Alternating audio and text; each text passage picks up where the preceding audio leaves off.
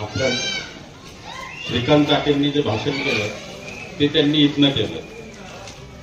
त्यांनी सांगितलं की आमच्या प्रत्येकाच्या घरात मुंडे साहेबांचा फोटो आहे. तो घरात आहे, तो इथे आहे म्हणून घरात आहे. प्रत्येकाच्या इथे आहे म्हणून तो घरात आहे. आणि गेले आपण सगळे गेलो, ओबीसी गेली, ओबीसीचा गड गेला. माणूस कोण आहे आपल्याला माहित नाही, आपण आपल्या विचाराचा माणूस आपल्याला वर पाठवायचा हे लक्षात ठेवा. विचार ज्यावेळेस मुंबईच्या ह्याच्यामध्ये मंत्रिमंडळामध्ये बैठक होईल आरक्षणावर, त्यावेळेस मला एकतरी माणूस उठून म्हणेल दादासारखा की या आरक्षणाला माझा विरोध आहे. मला साहेबांचा प्रत्येकाचा घरात फोटो आहे आणि त्या मुंडे साहेबांच्या फोटोला प्रत्येक माणूस त्या भाजपाच्या कमळाचे बांधलेला होता. आणि दादा या मायबाप जनतेच्या जीवनामध्ये तुम्हाला बेगोच्छ मतदान मिळणार आहे. तुम्हाला या मतदार बंधू आणि प्रतिनिधीच्या विश्वासावर मी तुम्हाला देतो.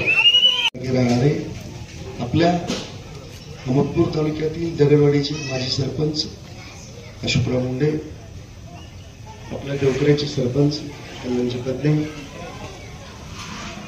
आपले हेमंत गुट्टेजी,